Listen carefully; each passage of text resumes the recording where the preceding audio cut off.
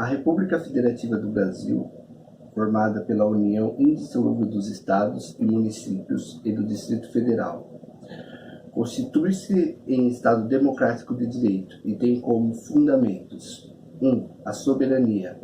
2. A cidadania. 3. A dignidade da pessoa humana. 4. Os valores sociais do trabalho e da livre iniciativa. 5. O pluralismo político.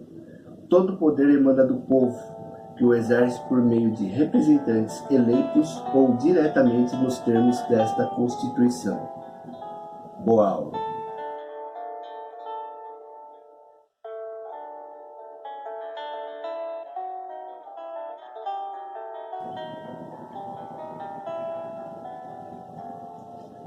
Bom dia, pessoal do segundo ano do ensino médio. É um prazer estar aqui falando com vocês. Bom, nós vamos dar continuidade nos nossos estudos. Na última aula de Sociologia foi a aula 27 e 28, se eu não me engano, que nós falamos sobre as diferentes formas de poder de governo, Estado Nacional e Poder Político, né? Aula 27 e 28. Cada grupo aí nós dividimos em grupo, cada um falou sobre um filósofo ou absolutista ou iluminista, né? Nós fomos lá desde Maquiavel até o Hegel, e dando continuidade. E na última aula eu falei um pouco sobre a questão da violência, né?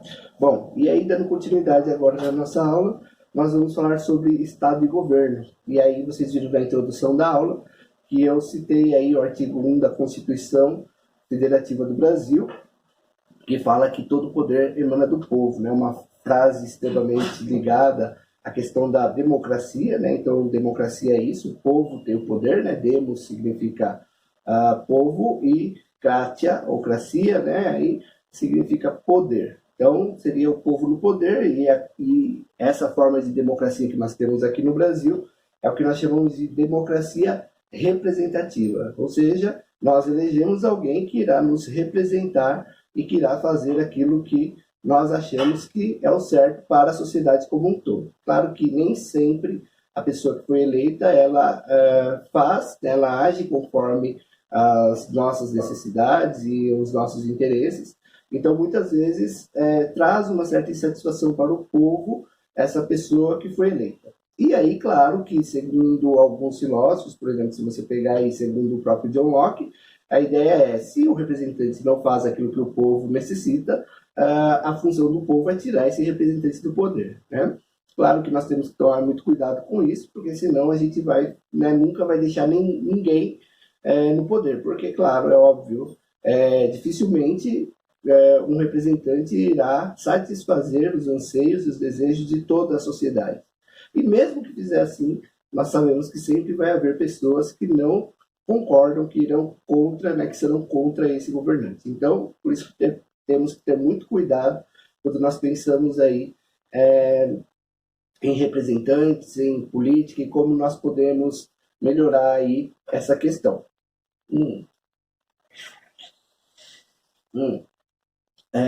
E aqui na apostila, na aula 29 e 30, a gente vai falar um pouco sobre Estado e governo, né? Formas de governo, quais são as formas de governo que a gente já ouviu falar, que a gente conhece, como que elas se apresentam diante da sociedade, e, enfim, vamos ver um pouquinho da história de como nós chegamos até aqui, né? Como que o Brasil chegou a essa democracia representativa, né? Uma república federativa, o que isso significa, o que isso representa, tá?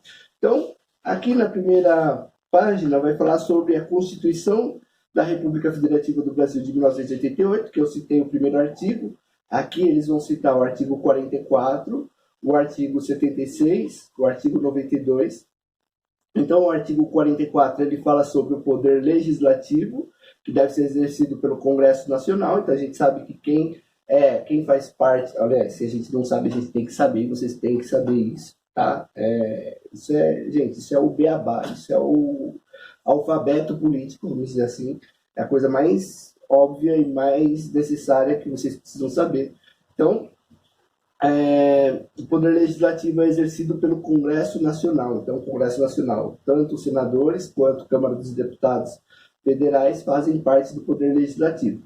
Na questão de governo, né, do Estado, nós podemos colocar aí os deputados estaduais, eles são responsáveis aí pela, pelo legislativo do Estado, e na questão municipal nós temos os vereadores. Então, os vereadores são responsáveis pelo legislativo. Quem é o legislativo? São os que criam leis, tá? Os responsáveis por criar leis, emendas, por pensar em como essas leis podem melhorar, né?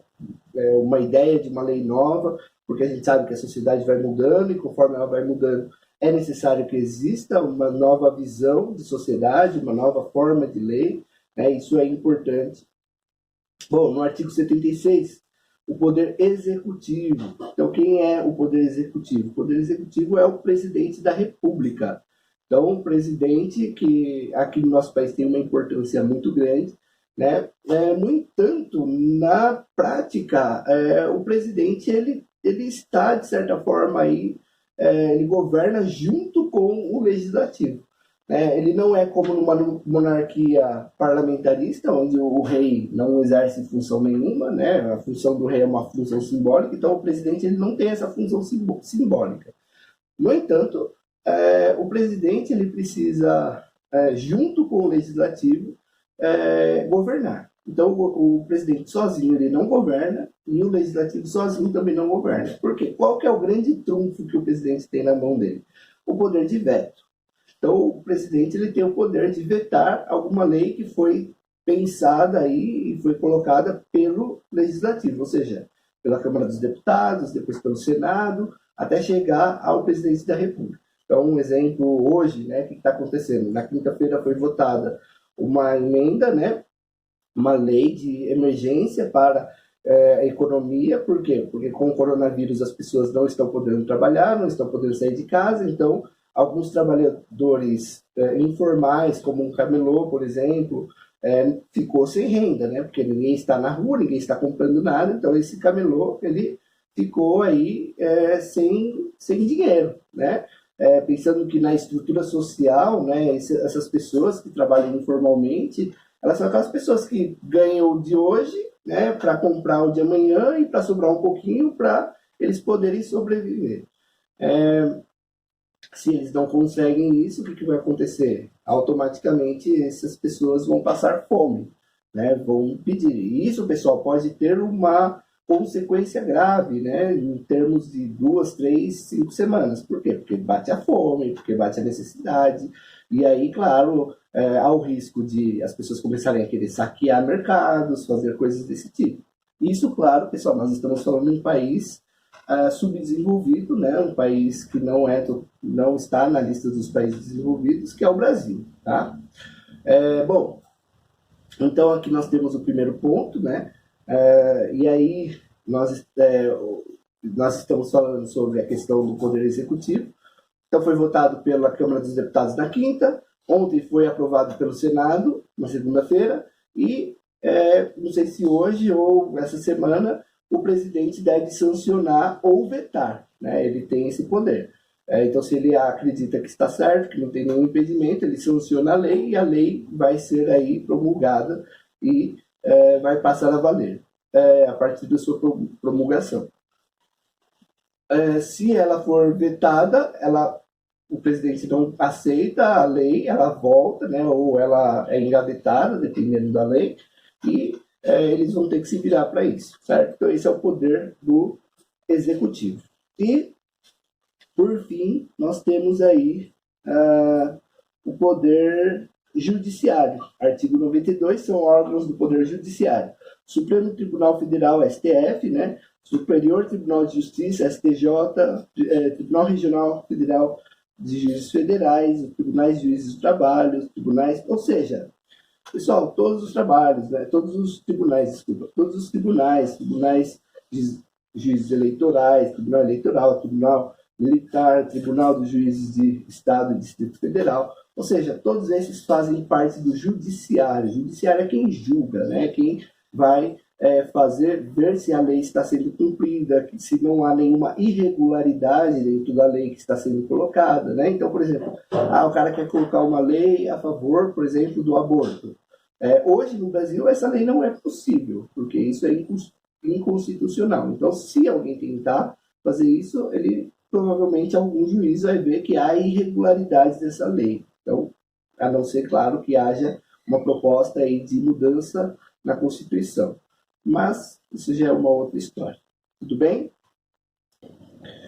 Então, falando agora sobre as formas de governo que existem. Bom, a primeira forma de governo que tem aí na apostila de vocês é a monarquia, né? Então, a monarquia, como sugere o termo aí, ela vem do grego, esse termo, né? E mono, que significa único ou um, né? E arquia, que significa poder. Então, o próprio nome aí já diz, né? Monarquia significa um do poder, ou seja, apenas um que manda, um que detém todo o poder. Aí, o que de certa forma, quando a gente fala numa monarquia constitucional, como é o caso lá da Inglaterra, né? No que se transformou, a gente, por aí já dá para perceber que eles rompem totalmente, né, com essa ideia de um no poder, né? Então, a monarquia ela sobrevive somente por uma questão tradicional, mas na prática não dá, né? Não dá para ter um no poder e ter um parlamento no poder ao mesmo tempo. Então, na verdade, o fato é que quem manda lá é o parlamento, ponto, né? Então, quem conduz toda a questão política numa monarquia é o rei, e esse rei ele é substituído hereditariamente, né? Então, quem vai ser o próximo rei? O filho desse rei que está no poder no momento, tá? Aí nós temos um termo também que surge a partir do termo monarquia, que é o termo império, né? Então, o que significa império? Toda monarquia é um império? Não. Todo império é uma monarquia? Eu diria que podemos dizer que sim. Ao longo da história, todo império era uma monarquia, mas nem toda monarquia era um império. E quem é o imperador, né? Qual é a diferença do rei para o imperador? Bom, o imperador normalmente é um rei, e esse imperador, qual que é a diferença dele para outros reis que não são imperadores? É que esse rei ele tem uma ideia de expansão e de uma ideia de dominação, ou seja, ele vai expandir, né, dominar outros territórios, por isso que nós chamamos de império. É interessante porque se você parar para pensar, e por que no Brasil nós tivemos um imperador, por exemplo? Porque, de certa forma, houve aí uma batalha, né, contra o Paraguai, houve algumas pequenas batalhas aí, e por isso foi considerado, vamos dizer assim, o rei Dom Pedro II como o imperador do Brasil. Mas é aquele imperador à brasileira, né, não é aquele imperador, né, não era um Napoleão Bonaparte, mas enfim, né. Bom, dando continuidade, eu vou falar rapidinho, porque essa aula já está com quase 14 minutos e eu quero que a aula tenha no máximo aí 15. O que acontece? A república, vamos falar sobre a república. A república, então, é o quê? Res significa coisa e pública, né? Então, coisa pública. Significa que quem está no poder, no caso da república, é o povo, né? Então, o povo, ele tem, de certa forma, aí, o poder nas suas mãos. Ele governa junto com o líder que está lá, né? Normalmente, uma república ela é representativa, ou seja, o povo vai escolher uma pessoa que vai representar o povo, né? E que vai governar de acordo com a vontade do povo, tá? E federalismo. Federalismo significa que nós temos uma divisão que pode ser por estados, por exemplo, que é o caso do Brasil, né? Então, o Brasil é uma república federativa, né? O Brasil não é só uma república, ele é uma república, ou seja, é governado por todos, mas ele ainda é federativo, porque ele é dividido por estados. E cada estado, de certa forma, tem a sua lei, né? Tem uma constituição que rege o estado, tem uma lei que rege o estado. No entanto, quais são as regras para essa lei, para essas leis do Estado? As regras são muito simples.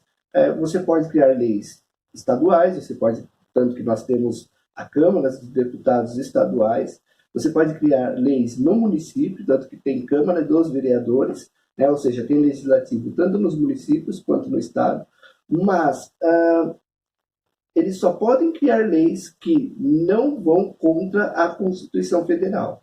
Então, o Brasil, por ser uma república federativa, o que acontece? Os estados eles têm uma certa autonomia, mas claro que essa autonomia ela esbarra na Constituição Federal. Ou seja, eu posso fazer mudanças, ditar regras, desde que essas regras e essas mudanças elas não vão bater de frente aí com a Constituição Federal. Mas nós também somos uma federação, tá? Ou seja, federação quando há vários estados e esses estados têm uma autonomia, mas todos esses estados juntos respondem ao governo federal. No caso que aqui no Brasil, a capital fica em Brasília, é o Distrito Federal, então todos estão de acordo, alinhados com o governo federal. Então, por isso que nós somos uma república federativa, tá? Bom, e aí, assim eu termino então essa aula, né, que ficou um pouquinho extensa. O meu ideal aqui é ter uma aula de no máximo 12 a 15 minutos, de 12 a 15 minutos, isso, para não, né, ficar uma aula muito cansativa, mas assim, leiam um livro, deem uma olhada lá, se ficar alguma dúvida com relação a essas questões, manda para a gente, manda para mim. Vou deixar aqui meu WhatsApp, sempre deixando aqui, né, o WhatsApp aqui perto do vovozinho aqui, do Getúlio aqui, né, perto do Getúlio aqui, do vovozinho, né, o WhatsApp. Vou deixar meu e-mail aqui também, aqui perto do meu russo aqui, ó, o russinho aqui. Isso. Olha, ele balança, deixa eu balançar, tomara que ele não caia. Isso. Então, vou deixar aqui o meu e-mail. Qualquer dúvida, entre em contato comigo. Até mais, um grande abraço. Na próxima aula a gente continua. Leia a apostila, faça atividade lá no plural. Tchau, pessoal. Um grande abraço. Tchau, tchau. Valeu. Obrigado.